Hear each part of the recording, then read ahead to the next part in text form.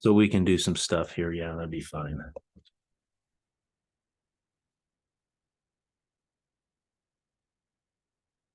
There she is. Good morning. We're recording. I'm kidding. All right, I was gonna say, oh, right here.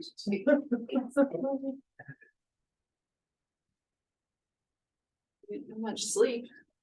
Oh no, I was already out at 4, and then I got on a couple calls, and we're going over with some amputees, and that finished at like 7:30.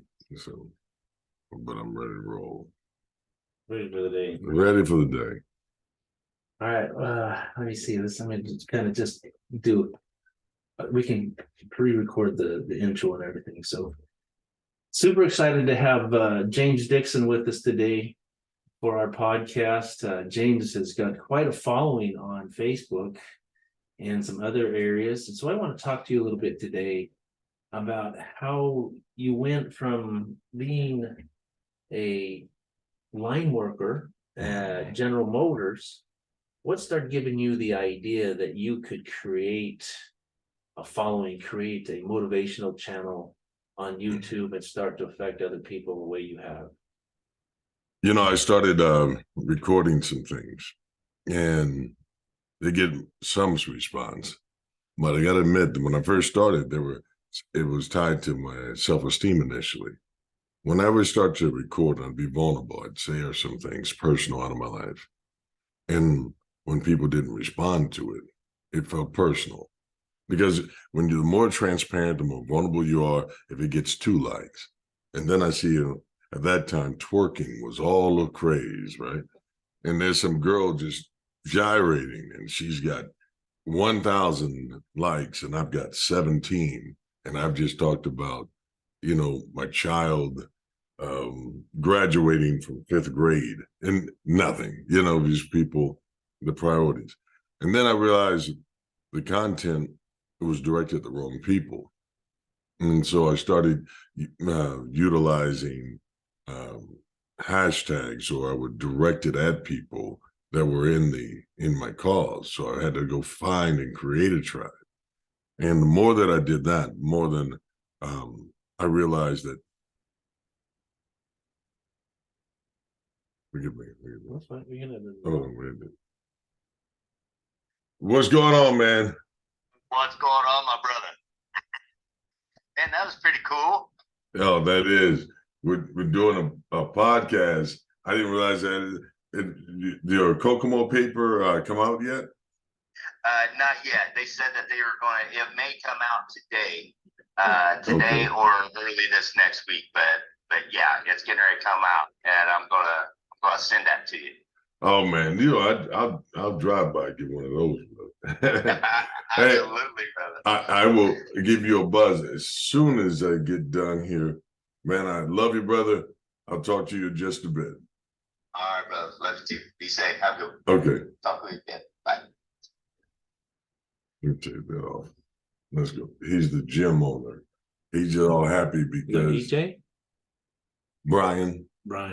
Oh, and Kokomo. Yes. Oh, Kokomo's bigger than Turnstone. Okay. Like as far as gym. Okay. Let's go, brother. Oh, you are recording. Yeah. We'll edit it. Let's start. Now we're going to pick up from there again. Got 17 likes. The question was, what took me from the line? Well, when I went online and I started to get this lack of response from people, it felt personal, but I was like, let me keep going. And then the more I started targeting other amputees that were online, and people would respond. And then I found that it was the more business sector, it was more the professional, it was more, there were men who were goal-oriented that responded to me, that identified and connected with that spirit of the get up, go after it, no excuse. But it wasn't like my brother David Goggins in the sense of like, have to stay hard.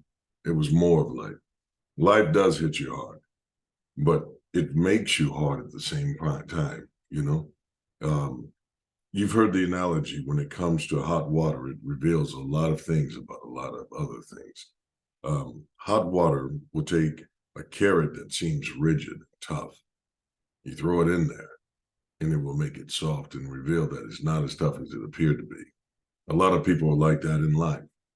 And so I realized that when I was making content about guys who had this tough exterior, that I've become some powerful dude, and in reality, there was a shell. And then there are people who are like the egg. They have that fluidity. They seem to be at peace, but they've never been challenged. And then they get into hot water, and everything that had their flow, everything that made them feel so peaceful and safe, reveals that they can become hardened and disenfranchised as far as life and not feel like they're connected to anything. Fluidity, gone. And then there's those people who are like coffee. You take those and throw them in hot water, and it changes the water into a whole different substance. And I felt like what was happening to me, every hardship, divorce, struggles with finances.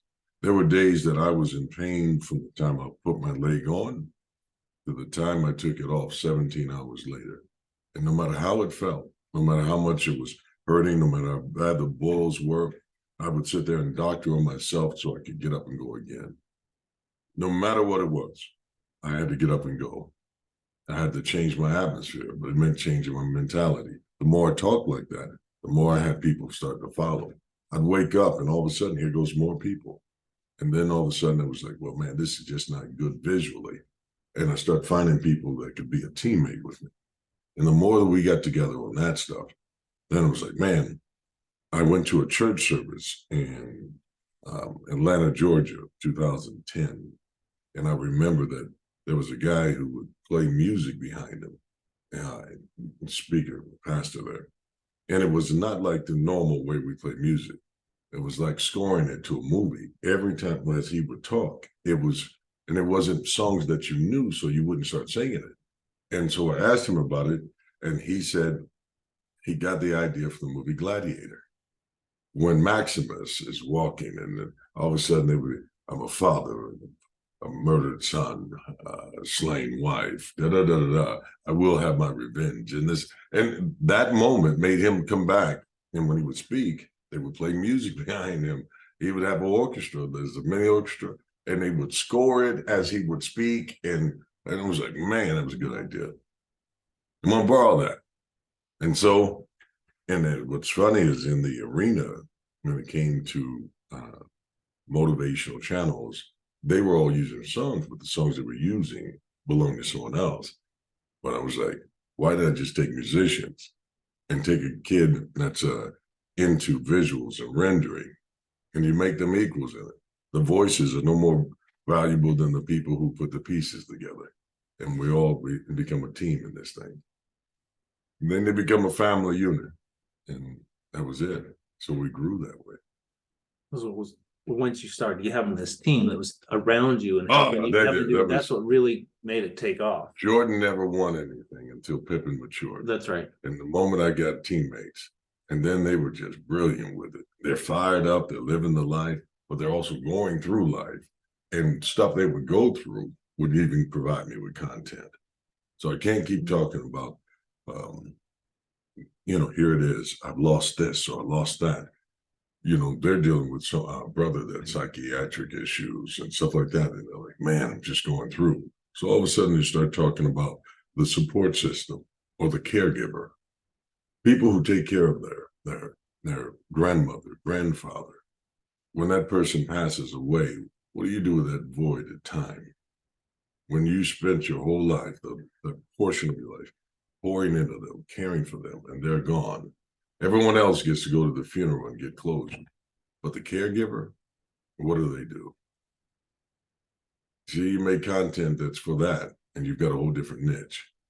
And so it will echo because no one talks in that circle. Right. That's really cool. So your circumstances growing up, your experiences has helped you to recognize a passion that you have. I mean, it oozes from you. They call you Superman, and Superman is very powerful, and it's particularly with your passion. What kind of counsel or guidance would you give to someone that's struggling to find their passion?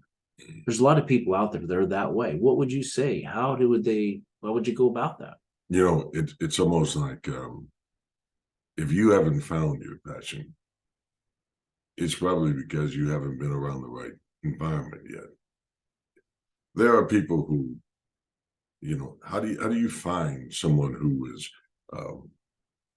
it could be acting, it could be something else, it could be being a thespian, you know, doing words, it could be, you never know where your gift is until you try some things and you're like, man, I enjoy doing that.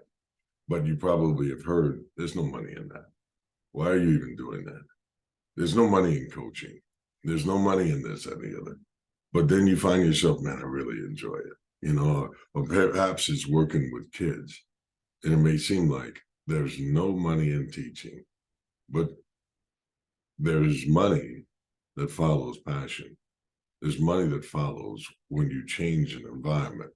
If you were to take 4 kids who were failing in school, and those 4 kids went from F students to A students, other parents would hear about that turnaround, and you'll get 10 students next. Now you're at 14, and you've already set a foundation with the first 4 and a culture, and now you make it exclusive. All of a sudden you're doing your passion, but now your passion will cause other people to bring people to you on purpose. They're flooding to get in. And then you create a waiting list because you say, I'm only taking top 20. Now I'm raising my fees so that I can have a lifestyle with it. Your passion is waiting. It just may not be profitable initially. But if you go for the profit, you won't find your passion. Okay. So there's a lot of people like you in that you spent how long at the manufacturing plant? I put 12 years in. 12 years. And your mom did how long? 38. And there's another generation, right? Right. Grandma and grandpa, I think my grandfather got 43 years. Okay. So we're talking 3 generations at least at the same facility, same, right? Right. That's easy. Get up, go to work, do your thing, come back. It's comfortable because you get to say it's legacy. My family come from this. This is what we do, right? And it's comfortable. It makes a good living. And it's good by the standard of those who are around you. But that's why you have to change your environment. You have to go and see other things. Like, I got to tell you this story because it connects to that. I went to Atlanta, Georgia. Now, I've been playing ball in high school and stuff, and I got to the point where my size was pretty much what it is now, right? I'm like maybe 30 pounds lighter, you know, I'm like 250 or something like that at the time. And I could run over kids, you know, it didn't matter. I just overpower everybody. So I go to Stone Mountain, Georgia, and there's Dominique Wilkins, Anthony Mason, different professional legends that are out there. Yeah. And I looked over and I noticed Anthony Mason was only like 6'5". And I was like, he's the shortest one out there. And I was like, I can guard him. So I'm on the sideline, man. And I'm like, dude, I got next, you know, but the pros don't allow you to pick who plays on the court, even though it's public court. They pick who comes next. Well, it got to a point where they had no choice but to like, all right, grab that kid too. I'm 18. And I'm just like, man, I got bounce, you know, I jump with ease. Like, yeah, man, I'm about to show these dudes. Some of them dudes are old too. You know, I'm like, they're not what they were. They're not flying from the free throw line now, you know. And so I was like, I want Mace. And so when they were like, man, you sure? I was like, yeah, I want him.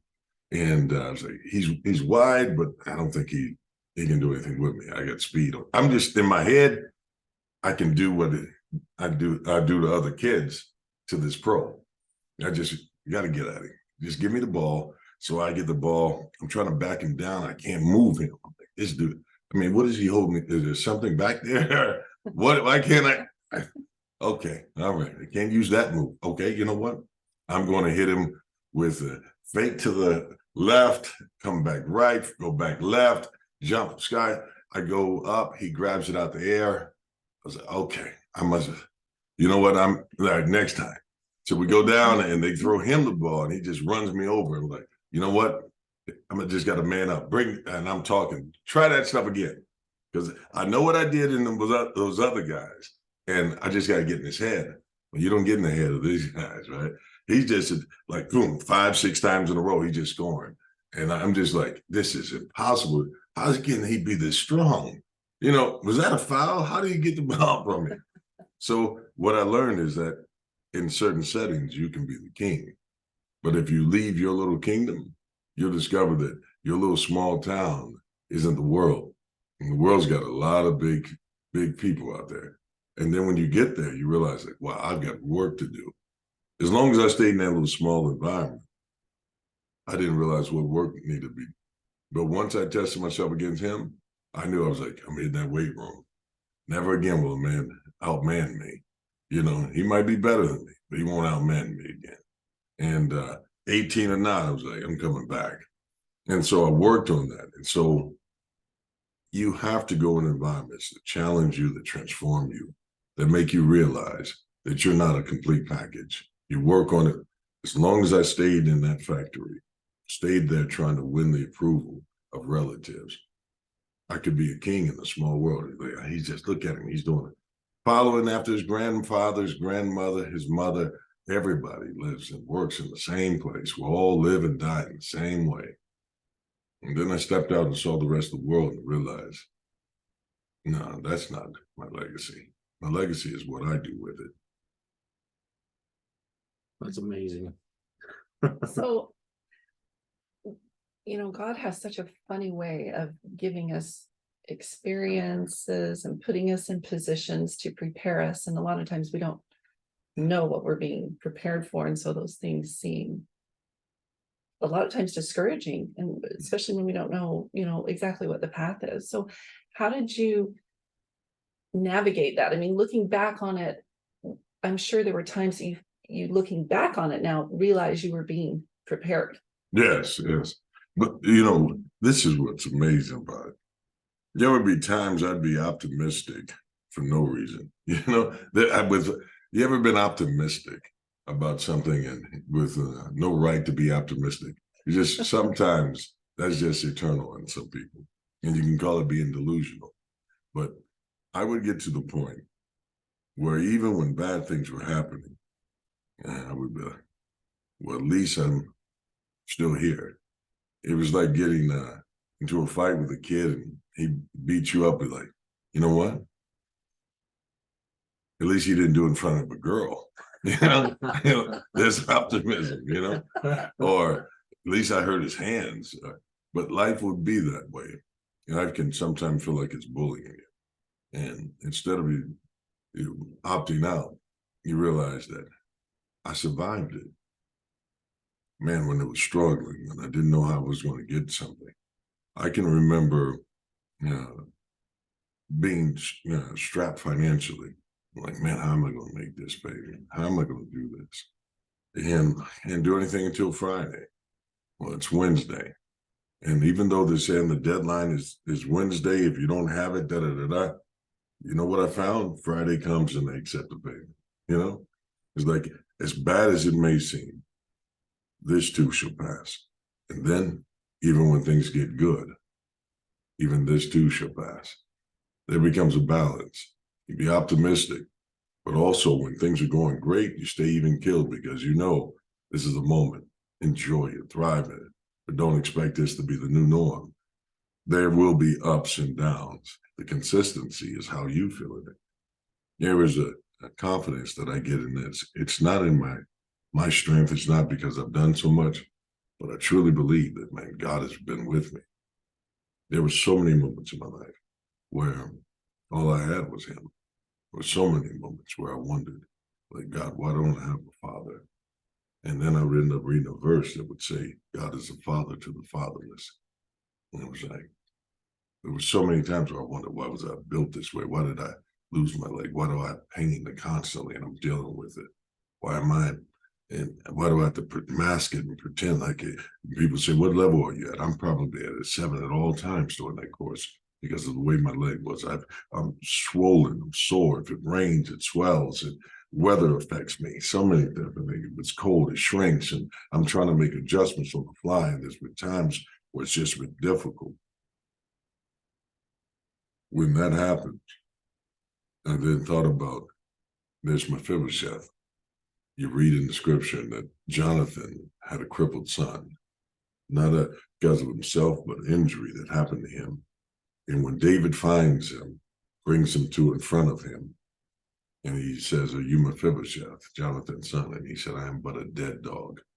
The phrase dead dog he's saying is like, I'm useless. I'm not threatening to you. I'm no harm. You don't have to kill me. Because he so lived his life fearing that hanging out in Lodabar, as long as he hid there, this place of shame, this position, if nobody sees me, I'm not crippled. If nobody knows I'm here, I'm safe. That's not the way God wanted me to live. And nor did he allow him to live that way. But he pulled him out and he gave him a place of position and honor. It was never about his legs. It was about who he was. You see, your value, I found, was in who I was. No matter what I was going through, no matter what hardships, no matter what, I'm like, God still loves me. I still got it. I got him. And as my grandmother would always say, if God before you, who can be against you? And when times got hard, she would say, no weapon formed against you should prosper, even when it's your own self.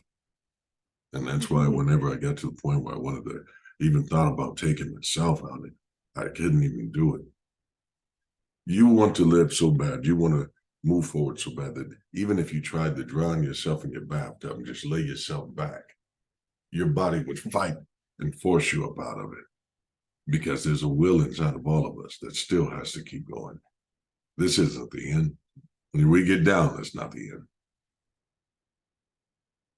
Well, we often on our podcast will ask someone to tell us at a time when you fell down, when you skinned your knee, when you failed. Being that it's a financial podcast, generally that's what they take it. So whether you answer it in a general term, or maybe from a financial point of view, when was something when you failed, right? You're Superman, right? And for some people that get to know you and understand where you've come from, you can seem invincible. You really can.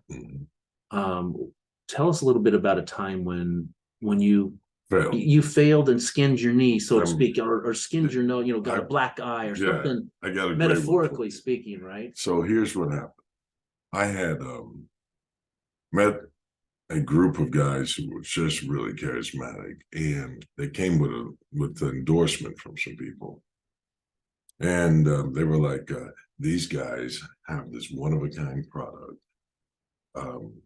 They're able to come in and look at your mortgage and show you a way in the gray area of tax law where you don't have to pay your mortgage. You can force the bank to prove that you owe it, and they'll take the money and keep it for yourself and then save up some of this money. And then when they go to foreclose on you, you're like, oh, no, I have this. I'll go with a settlement. I'll buy the house for a third of what it was. They have this unique proprietary thing. You sign on and you pay them for this knowledge. And these guys will do this great stuff. And it's supposed to, you owe $1 million in the house. No, you'll pay $110,000 for it. And they'll just have to settle. We have this unique program. And so they came so highly recommended by some top-notch people, right? And I was like, man, that is a unique thing. So I brought them in and let them speak to some people in the group, right? And I thought I was doing a favor to this group of people. I was involved with ministry, and these people looked up to me, and I looked up to the guy that referred them to me. And I was like, what a great, if this really works, man, it saves people. There's like, these guys, I'm telling you, were like, there, it's easy. All you have to do is do this. Our program, when we step in fact, because we love you so much, we're going to actually cut our fees today. You only have to pay us $35,000, whatever, and then the rest you save for yourself and you settle with and our lawyers will show you how to do it. And I was like, man, that's good. So anyway, a couple of people did it. And then come to find out that didn't work. They were losing everything. And in my book, we talk about a story about when I took a job at Costco pushing carts, very close to where we are this very moment. Walk in and look on the wall, you'll see I'm Employee of the Month. I had only worked there 10 days when I got that. But the reason why I was there wasn't about just supporting my family, but the people who lost that money. One of the guys, his last name was Ramsey, looked up to me so much that he only did it because he said, if you believe in him, I'll do it. But he took everything. So when I went to go get that second job, I did it so I could pay him back. And so I worked there only until I paid him back. I didn't go to work there because I needed it for my family. I needed to restore his name. So you talk about a time where I failed. I failed to do my due diligence because I listened to a guy that I placed in high position because of his position. I didn't place him there because I knew him. I looked up to the impression of him, but I never spent time like we're spending. I never talked to him. I only saw him like, man, I admired what I thought I saw. I didn't realize I was looking at multi-level marketing scams and all that stuff. I wasn't aware. I had never seen that. And I just thought, wow, man, if this dude is behind it, sure. But when it hurt someone that looked up to me, then I put in the work until that was paid off. And so people wondered, like, why did I step out of the ministry that I was doing there and do that? Because I had to restore that, brother. And that's real. So it's a time I failed because I failed to do due diligence, and I'd call someone else hurt. And he was like, well, no, you didn't know any better. And I couldn't sleep with that. I couldn't live with that. And when I got that paid off, it took me 4 years. That's what made me go into the factory. I didn't want to go into the factory, but I knew that there was guaranteed money I get there. I'd work extra hours. I worked overtime every time I could until I paid that off. And I'm never going to say anything about it. But that was my biggest win, but it was because of my biggest loss. Restoring him meant more to me than anything. That kind of integrity is so rare, and to know people like that and to be able to find that in business. I'm so grateful when you find people that you can trust, and when they give their word. I think one of the lessons that you're putting your finger on is that you learn to do due diligence on Right. people, not to see. This guy's To be got a Rolls cliche, Royce. He had a Rolls Royce. And look, Right. I'm like, man, if he got that, Right. and I'm riding around here in a Chevy, that dude must be, whatever he says, Okay, so are there other lessons that came from that other than I'm going to do absolutely. due diligence with everything I do, particularly in a Right. financial realm, and like our podcast is all about of, amassing, enjoying, and passing on millions. At least that's the hope.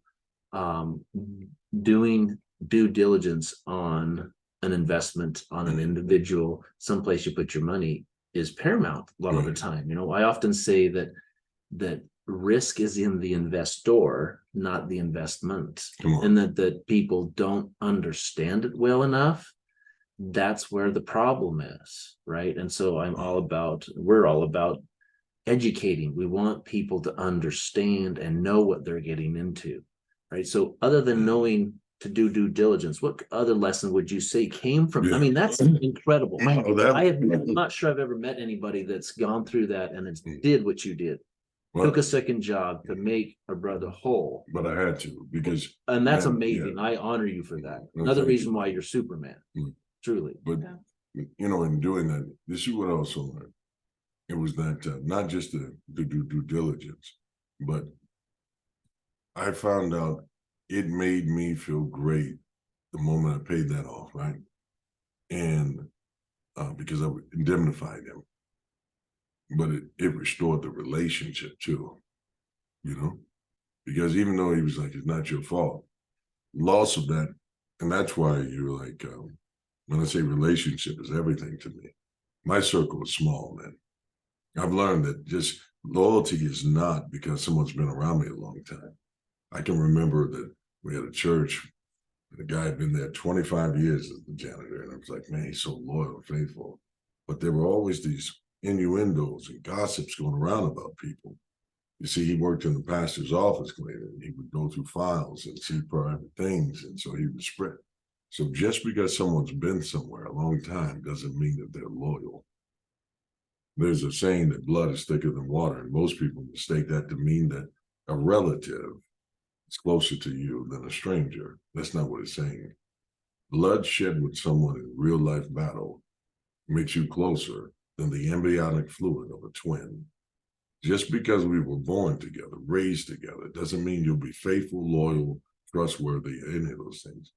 You must be proven. Just because you've been around doesn't mean you've been great. It has to be proven. I learned that I could build relationships, value certain ones, and maintain those no matter what, because great people are hard to come by, you know? You know them by their nature, you know them by their fruit, you know them by what they do when other people aren't watching. In the dark. What you talked about in some of your, I recommend to our listeners, it's Absolute Motivation is a YouTube channel.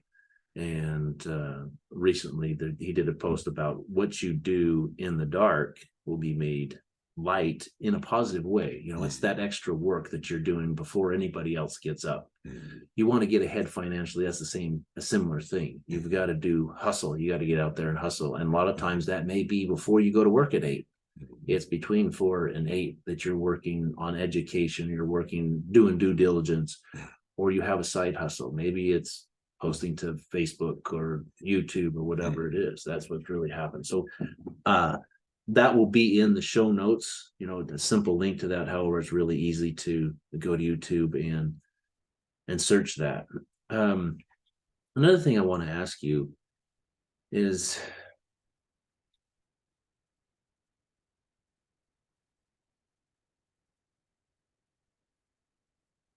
how was it? I mean, you've said that your grandma was like this guiding star as a youth, and up till maybe even 4 years ago, there's always been this quiet in the background whispering that's always been in your head.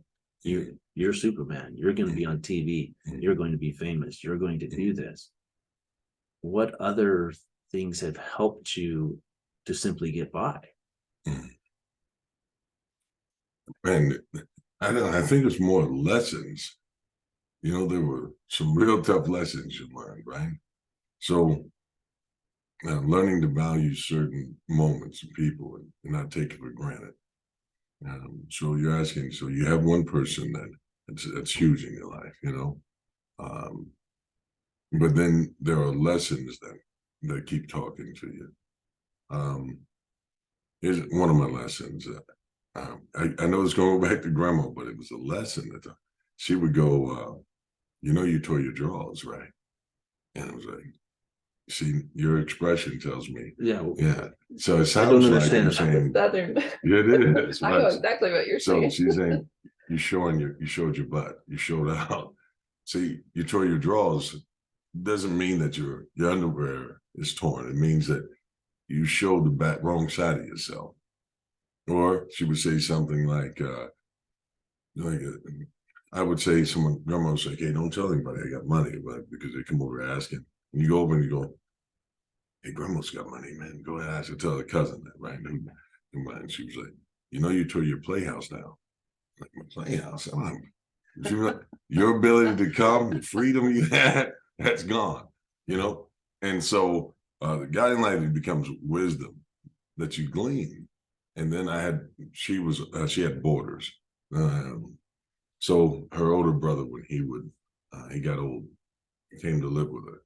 And he would sit and talk. And since I was captive audience, I couldn't get out and go play with other kids. I would sit and listen to old men talk. And they would say crazy stuff, you know.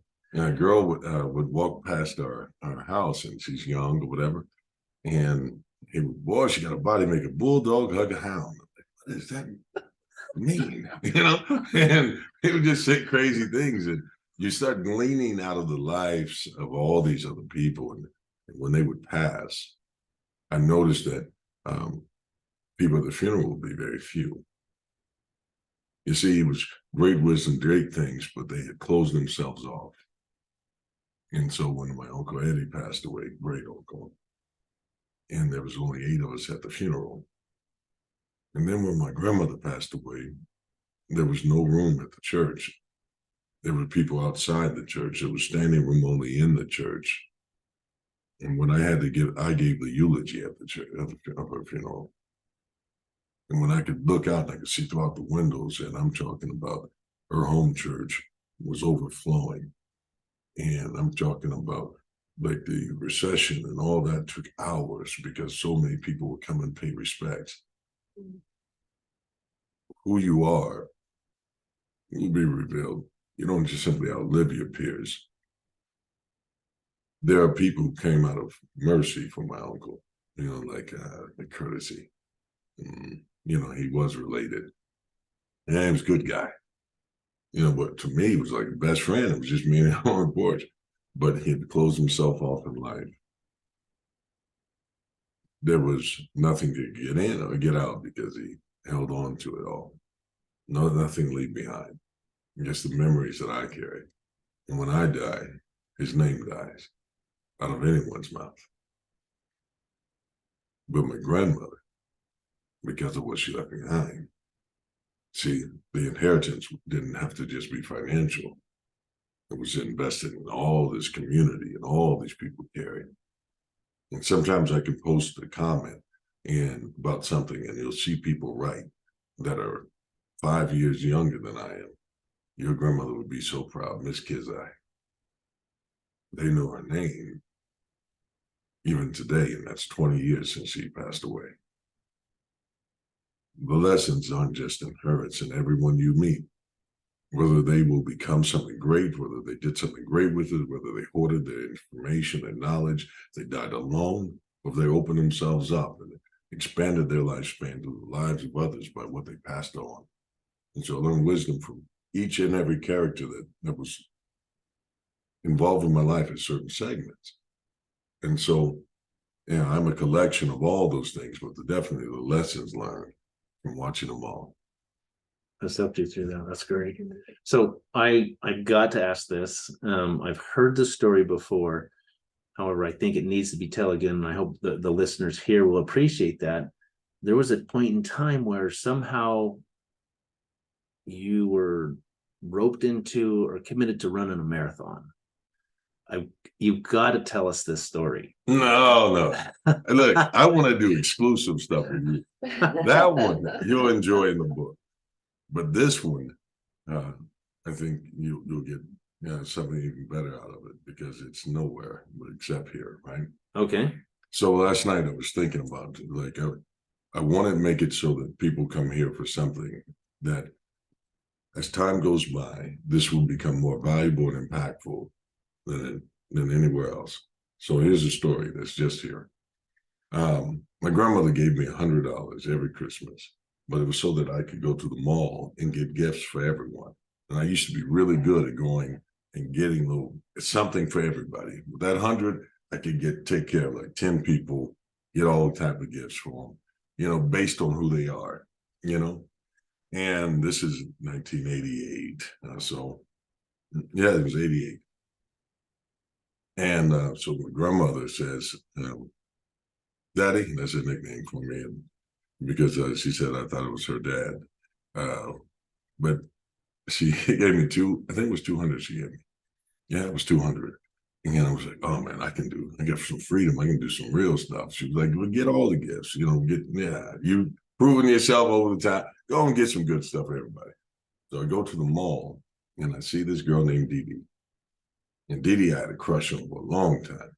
Man, I didn't know how to approach her and stuff. And I knew she liked jewelry. So I went to that, like gold by the inch, Uh-huh. And I was like, I'm gonna get her a gold chain. And the guy's like, how much you have? I was like, I got $200. I said that like it was $1 million. You hear me? I had $200. And he's like, oh man, we can go next level with this type of thing. They go $179.99. We taxed. All right, here you go, man. I had $4 left, So, but I got her this necklace. And so I walk over to her and I was like, hey, I got you a Christmas present. She said, you did? I was like, yeah, you only like $200. And she's like, So and at that time I was a freshman too.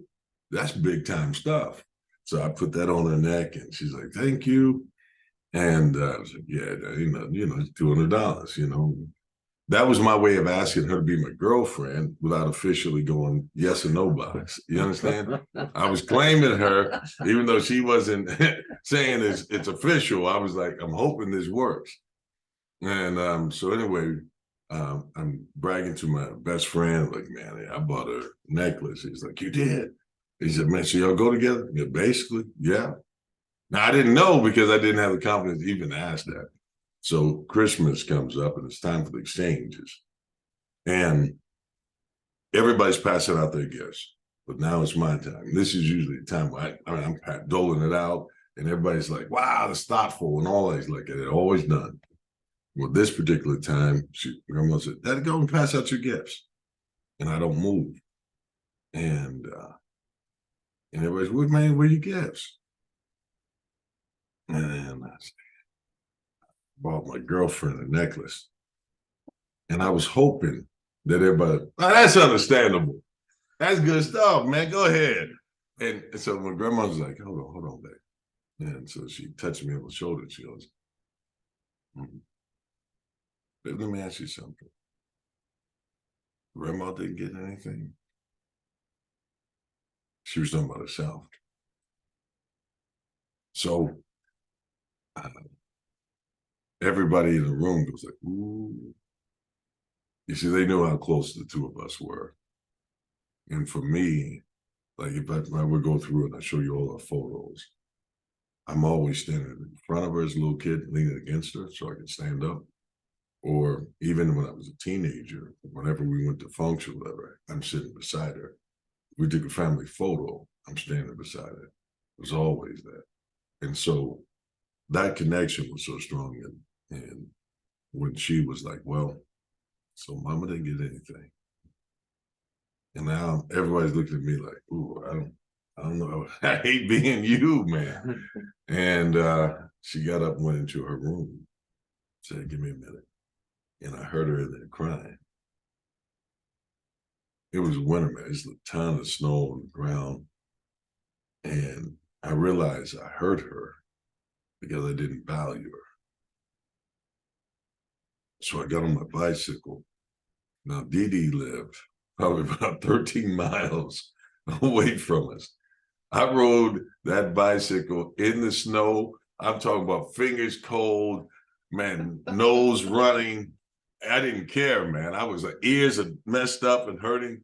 I got to her door. This is Christmas morning. Her mom comes to the door. She's like, Dee, some little boy out here. And she comes up and said, what you doing here? I took that necklace off. I just snatched that chain. And she's like, what you doing? I was gone. I didn't even have a conversation with her. I broke up with her. Even without saying anything. Without saying that. It looked like a robbery, right? But I got home and I put that on my grandma. She said, forgive me. You see, learning that you value those who put value in you, that's the most important thing. Like, everyone we have a great time. We talk about the marathon story, but that thing here, that's one of the most vibrant things I've ever experienced in life. Because when seeing the lesson taught there, it wasn't about she wanted a gold chain. Grandma didn't ask for that. She expected me to give to everyone. But for me to devalue every single person in my family, because I wanted to win the attention and affection of someone who didn't care about me. When you're coaching people, talking to people about finances, we have a tendency to try to impress people with spending stuff that we don't even own and have. Money that doesn't belong to us because it belongs to our family. I could have turned that 200 into memories. I could have turned that into experiences. I could have turned that into something valuable. I turned it into a tragedy because I didn't value the value of $1. It wasn't 200. It was the value of that relationship. But I want to grow and become wealthy. I'm working on it, man. I want to grow. I want to be coach. I want to be developed. As I see it, being transparent and vulnerable and being honest about the fact that growing up poor, you learn poor habits. You think that success is the type of vehicle you get, buying special things, that people will identify with wealth. But when you bought all those things to identify and make people think that you've gotten over, you're the boss, you got the wrong mindset. You're impressing people that don't even care about you, right? When I was at the Knock, I noticed that here's billionaires were wearing cheaper outfits than guys I know who make 100,000. I was like, the guys that there was more Louis Vuitton at the mall than there was at the Knock. I didn't see any expensive suits and stuff that were on people at the Knock, but I see that when you go to visit church, you'll see it when you go to people who are trying to impress people with stuff. It was really shocking to see the difference. I was sitting there talking to one guy, and I was asking him, I was like, man, what type of shirt is that? He said, I got it from Walmart, you know? But he was worth a ton of money, but he got it from Walmart. Because to him, clothing was just to be worn, not to be shown. And it was like, all right, I got to revamp and learn. Not even though I get my clothes discounted, I buy clearance stuff, man. I don't. I've learned some of those things. I buy from Costco where I can return things if it doesn't fit right. But I'm glad that you guys are in my life. I'm glad that I've met you. You took the time to come and spend time with me. I really appreciate that. That is one quality that Superman does have is gratitude. I mean, throughout the time of getting to know you and interviewing you a little bit, I have noticed that is one quality that you truly, I mean, there's a humble gratitude about you that's uncanny. Thank you, brother. And that's, I think, part of the secret sauce for you, right? As people start to get to know you even more through this podcast, through your own stuff, and they start listening to what the message you have to share. I don't think there will ever come a time where you will forget where you came from. That you have that so grounded, right? And there's so many things that when your messages that they come from the heart, yeah, you're vulnerable, maybe not like you were at the first, now that you have a team around you and things are going good for you with your YouTube and this upcoming book. Yet you will always be who you are. I don't think there'll ever be a problem with you losing that identity. So genuine, yeah. So thanks. Thank you. Man, that was good. Well, I love it.